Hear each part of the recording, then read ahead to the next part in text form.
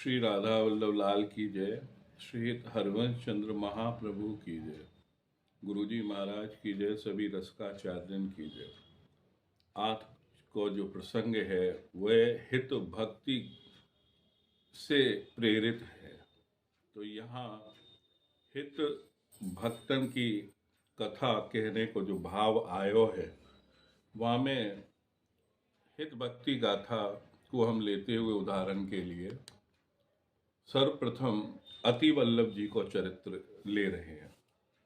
अति वल्लभ जी यह कमल नयन जी गोस्वामी, श्री कमल नयन जी महाराज, जिन्होंने बड़ी बड़ी पदावली लिखी हैं, जन्म बधाई के प्रिया जी के पद लिखे हैं, उनके शिष्य हैं। और इनके बारे में जो भी कुछ पढ़ने में आया है वह प्रेमदास जी, जो कि टीकाकार रहे हैं, बहुत बड़े हित चतुरासी के। तो प्रेमदास जी ने जो इनको बताया है रचना काल, वह संवत के अनुसार 1791 के आसपास को है। 1791 संवत, न कि आप ईस्वी में लें उसको। अब उनके ज़्यादा समय ना लेते हुए विषय में यह कहना चाहेंगे कि उनको परिचय देते हुए जो उन्होंने कहो है वह दो पंक्ति या प्रकार से हैं।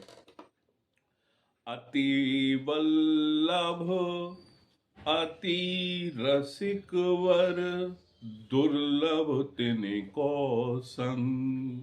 अति वल्लभ जो है अति ही रसिक वर है, और साथ में क्या कह रहे हैं, दुर्लभ तिनको संग, यानी कि उनकी संगति मिल पाना भी हर कोई के लिए सहज नहीं है।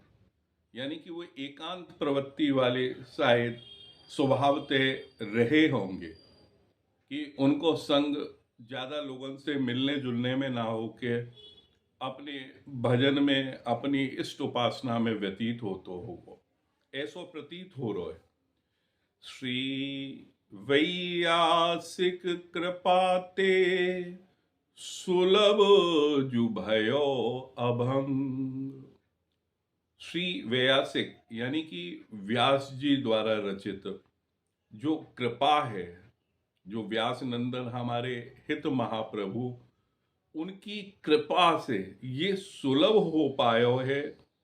अभंग मतलब कि जो कभी भी भंग ना हो या टूटे नहीं, ऐसो ये रस को जो सार हमें उनसे प्राप्त भयो है।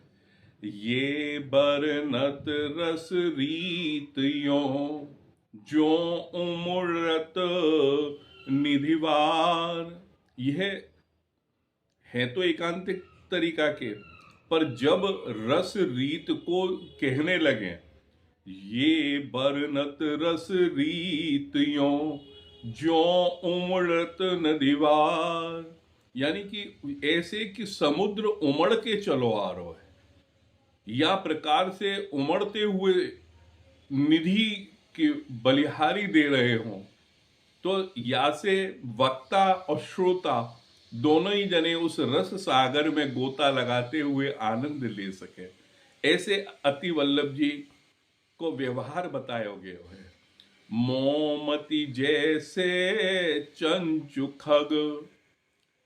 मोमती, वो कह रहे हैं कि मेरी मति तो ऐसी है जैसे चंचु खग।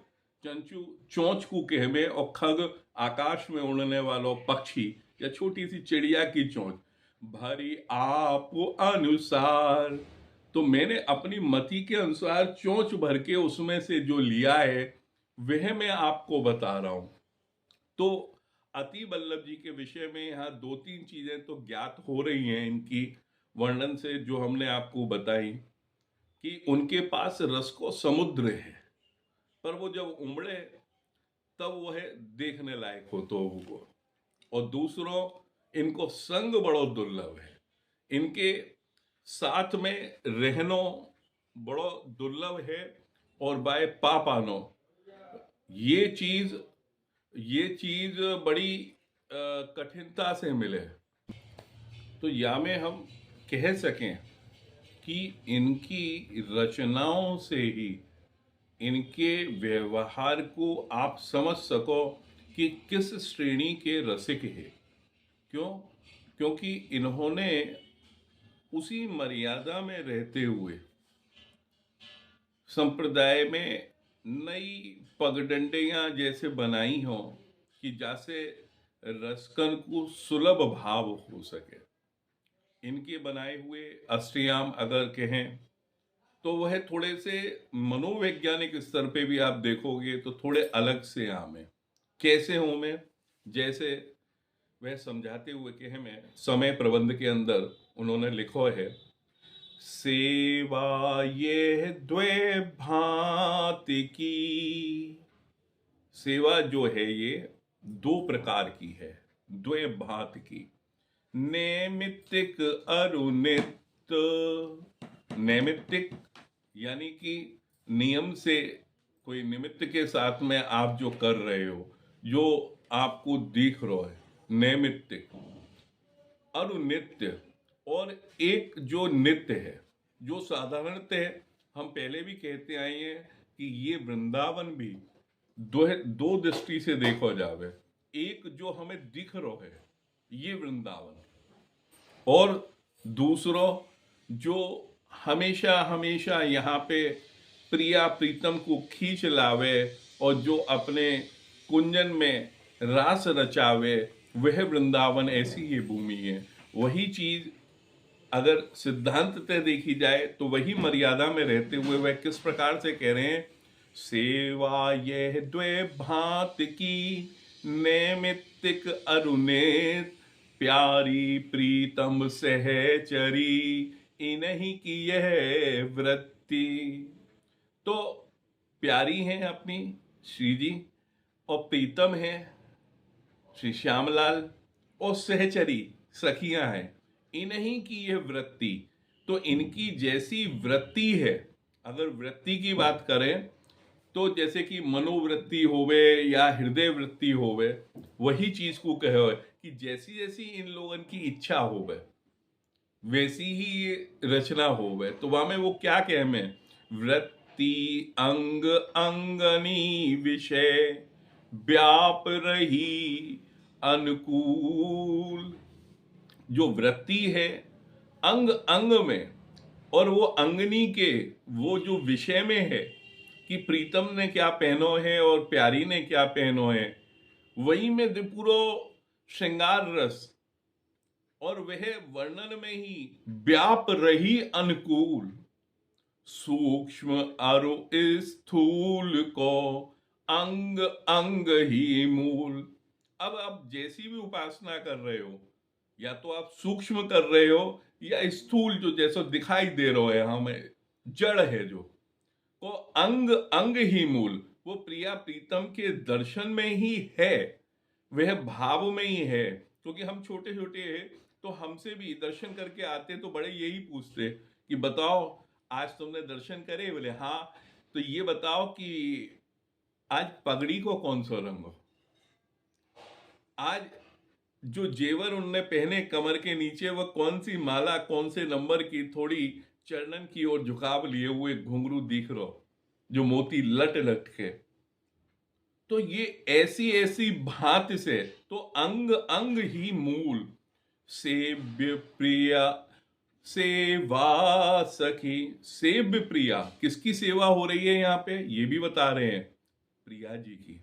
सेवा सखी सेवक प्रीतम संग, और उस सेवा में सखियों के साथ प्रीतम भी लगे हुए हैं। ऐसी युगल उपासना को ये इतना अद्भुत वर्णन उन्होंने यहाँ पे किया है।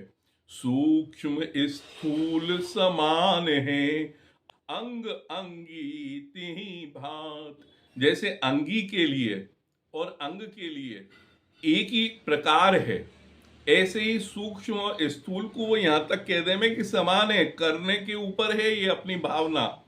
सदा एक रूप रस जुत, और सदा कैसे रहते हैं, एक रूप, उसी में ही दर्शन हो रहे हैं। बाल रूप गण जात, और थोड़ी सी बालक रूप से बढ़ती हुई अवस्था है उनकी, यानी 13-14 वर्ष के, वही रूप में वही वैसे भांति के रहते हैं, ऐसा इनको विचार है। बात बचन तन रूप गुण ऐश्वर्य आदि नित्य, यानी कि उनकी बात, उनकी वचन, उनको जो तन, उनको रूप, उनके गुण, उनके जो ऐश्वर्य हैं वह नित्य वैसे ही हैं। जाति एक माधुर्य रस, और उनकी जाति जो कह रही है वो क्या है? माधुर्य रस, वही को पान करें। तब अनुगत सब वृत्ति, उनकी सारी वृत्ति उसी का ही अनुगत है, उसी के ही पीछे पीछे चल रही है। वृत्ति समय लखी होत है, और ये वृत्ति भी दिखती है, लखी होत है। लखी मतलब दिखनो।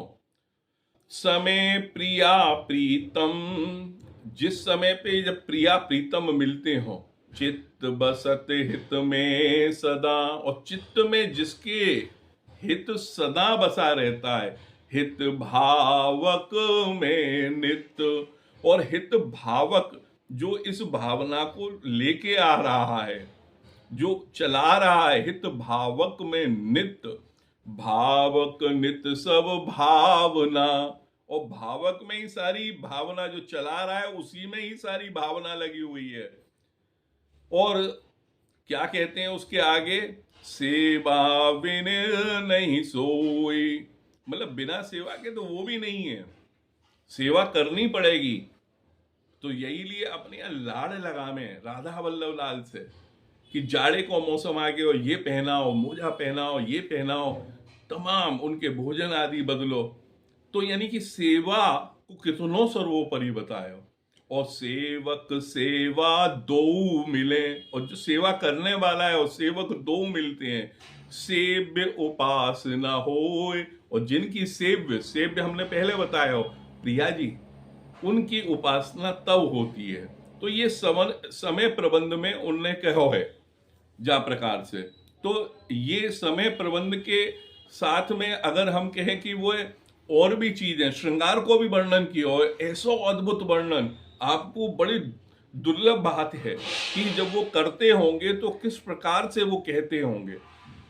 कोटिक दामिनी दुत छबिलीनी, कोटिक यानी करोड़ों, दामिनी यानी कि बिजलियां, उनकी दुति जो चमक है उसकी छवि लीनी ले ली है। अगिनत चंद्र चंद्रिका छीनी, जो प्रिया जी जो मुकुट धारण करती हैं वह चंद्रिका कहलाती है, और वो चंद्रमा के समान। तो उसमें क्या बता रहे हैं? अगिनत चंद्र चंद्रिका झीनी, मतलब उसमें गिने नहीं जा सकते ऐसे चंद्रमा छाए हुए हैं। तो वो चंद्रिका की छीनी वो बता रही हैं, और उस पे भी चंद्रमा में अमृत को सार बताया जावे, शीतलता की पराकाष्ठा बताई जावे कि वही कि चंद्रमा से ही अमृत वर्षा होवे। ये बड़े बड़े वैद्य भी कहे में, जब औषधि बनावे तो शरद जब आवे तो वह पूर्णमासी में वो चंद्रमा के आगे बड़ी औषधि रखे कि अमृत गिरे को। अमृत माधुरी अमित मिलाई, वो अमृत रूपी माधुर में अमित कभी ना मिटने वालो ऐसो मिला दियो है जो प्रेम। हित कंचन सुरस पराग रलाई, यानी कि इसको अर्थ है कि कंचन के सुंदर रस में पराग, जो फूल को एकदम वाह्य रूप में जो शहद बनावे, जो रस बनावे, वह रलाई, वह मिला दियो गयो है। कोटि मदन रति सुंदरताई, और ये चंद्र का कोई वर्णन है। कोटि मदन, मदन यानी कामदेव, और रति की भी सुंदरता जा रही है। चंद्र कांति मणि की रुचकाई, तो ये उनकी जो चंद्रमा की जो मणियां हैं जो बनी हैं वो चंद्रिका की, वो सुंदरता को वर्णन किया है प्रिया जी की कि कोटिक दामनी दुति छबिलीनी, करोड़ों धामनियों की उसकी जो चमक है वह लेके बैठी हुई है केवल एक चंद्रिका के विषय में। और यही चीज अगर हम कहें कि यह समय प्रबंध, मंत्र ध्यान पद्धति और अति वल्लभ जी की अलग अलग रचनाएं, उसमें वृंदावन अष्टक भी है, यमुनाष्टक भी है, हित वंशावली भी है, और हित 84 के 54वें पद को उन्होंने बड़ा सुंदर विस्तृत व्याख्या करी है। तो राधा वल्लभी संप्रदाय में जो उनकी नई पगडंडी या नई दृष्टि से वह चेष्टा करी है, जो प्रयास किए हैं, वह एकदम चमत्कारिक लगे हैं। और हित 84 के एक मल्लार को जो वर्णन है, सुंदर पद है वो, तो वह कहने में भी बड़ो अच्छो लगेगा, और वह अनुपम शैली में कहोगे वो हिज्जी महाराज को है, जहाँ में वर्षा ऋतु में ठाकुर जी जो दोनों भीगे हुए हैं और वही भीगते हुए में ओढ़े हुए भीग में वस्त्र लग रहे हैं, और हिज्जी महाराज उन्हें आशीष प्रदान कर रहे हैं। ऐसी सुंदर लीला को देख के ऐसा सुंदर आनंद आ रहा है। तो या चीज को हम आपको बताए बिना ना रह पाएंगे। तो ये जो पद है, नयो नेह नव रंग नयो रस, नयो नेह यानी कि प्रिया प्रीतम जब भी मिल रहे हैं तो वो नयो ही है। नयो नेह नयो प्रेम है, नव रंग और नया ही रंग हो रहा, नयो रस है। नवल श्याम वृषभान किशोरी, नव पीतांबर नवल चुनरी, उनको पीतांबर भी नया है और उनकी चुनरी भी नई है। नई नई बूदन भीजत गोरी, और नई नई बारिश की वह ऋतु की जो वर्षा की बूंदें गिर रही हैं, वह नई नई भीज रही है वह गोरी। नव वृंदावन हरित मनोहर, और ये नयो वृंदावन है, ये नए नए पत्ते आके ऐसे चमक रहे हो, जैसे हरित एकदम हरियाली में मनोहर लग रहा है। नव चातक बोलत मोर मोरी, और वहां पे नए नए पक्षी आके मोर, और वहां पे जो ध्वनि प्रदूषित मतलब एकदम शंखनाद की तरह से वहां पर गरगराहट हो रही है। मोर बारिश को देखते ही, बादल के दिखते ही मान चमक के बोलने लगे हैं। नव मुरली जुमलार नई, और नई उनके हाथ में जैसे मुरली आई है, और नई मल्लार उसमें गा रहे नई गति। श्रवण सुनत आए घन गोरी, और उसको मुरली की सुन के ऐसा लग रहा है कि बादल घन घोर आ गए हों। नव भूषण नव मुकुट विराजत, और नए नए उनके आभूषण हैं, और नयो ही मुकुट विराजमान भयो है। और नई नई उरप लेत थोड़ी थोड़ी, और लीला में नई नई उरप ले रहे हैं, जो उनको जैसे नृत्य के समय पे तुरप ली जावे, गोल चक्र लगाए, ऐसे उरप लेते हुए थोड़ी थोड़ी वह स्वर चल रहा है मल्लार को, जो बांसुरी से निकल रहा है। तो वह क्या कह में हिज्जी महाराज, वह बांसुरी क्या कह रही है हिज्जी महाराज? जय श्री हित हरिवंश आशीष देत मुख, अपने मुख से जैसे आशीष दे रही हो। चिरजीवो भूतल पर जोरी, तुम भूतल पर यह जोड़ी हमेशा हमेशा बनी रहे। तो ये वृंदावन में श्यामा श्याम की लीला को ये अद्भुत वर्णन, और जाको जो अति वल्लभ जी ने नए रूप में कियो, तो ये भक्ति पथ में आज उनको जो चरित्र है आपको समझ में आ रहा हो, वो एक ऐसे पुराने रसिक को चरित्र हमने आपके समक्ष रखो, कि जो एकांतिक तो रहने में पसंद करते, और जब बात करते तो रस की वर्षा ही करते। तो ऐसे चरित्र को भी हमें धारण करना है। अगर आपको वह रसिक परकर की तरफ बढ़ना है, तो अपने हृदय में जी महाराज से यही प्रार्थना करो कि हमें भी ऐसो ही सानिध्य प्राप्त हो। सभी रसकन को हमारी श्री हित वृंदावन नाम से जय जय श्री हित हरिवंश, जय जय श्री हित हरिवंश।